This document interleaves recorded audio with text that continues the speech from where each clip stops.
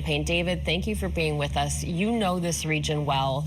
I'm hoping you can help explain it to us here in the U.S. in simple terms. What are you watching for right now, and what are your big concerns?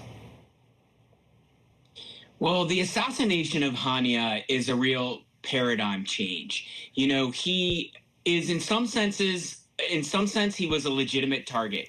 He is listed as on the terrorist list here in the United States. He certainly had some involvement in terrorist activities of Hamas. But he was also a political leader, and most importantly, recently, he was the lead negotiator on the ceasefire. So in that way, you would have thought that he was out of bounds. And the fact that Israel considered him in bounds and assassinated him is going to really shift how the talks on the ceasefire are going to go. The other important thing to note about the assassination is it took place in Iran at a time when he was there meeting with the new president of Iran. He also just met with the supreme Ayatollah in Iran. So he was a guest of Iran. And in the Middle East, that means something if you're a guest of a country. And you also would have thought that Israel wouldn't have done this assassination against him while he was in Iran. It's a provocation not just against Hamas, but against Iran. But what's most worrisome, I think, is whether this is going to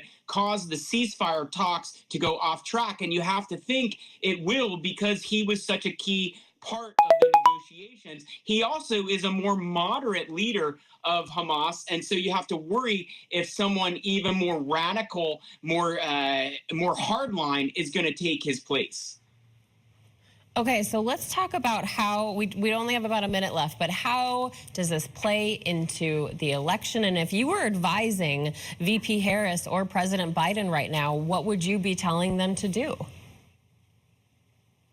Well, I think in the Biden administration and in the Harris campaign, they probably were very hopeful that there was going to be a ceasefire before the end of the summer. We were really close. There were just a couple of sticking points between Israel and Hamas, and mainly having to do with what happened after the first 6 weeks of the ceasefire and whether Israel had the right to do some further military operations. But it was really close. And so now they should worry about it being off track. And the reason they should worry is because if we get to September and universities open again and there's no ceasefire and there are new atrocities in Gaza, there could be more protests, and that could disturb the left, which VP Harris really needs to support her in the campaign. So what they should both be doing is everything they can to put pressure on both sides, Israel and Hamas, to get a ceasefire and get the talks back on track.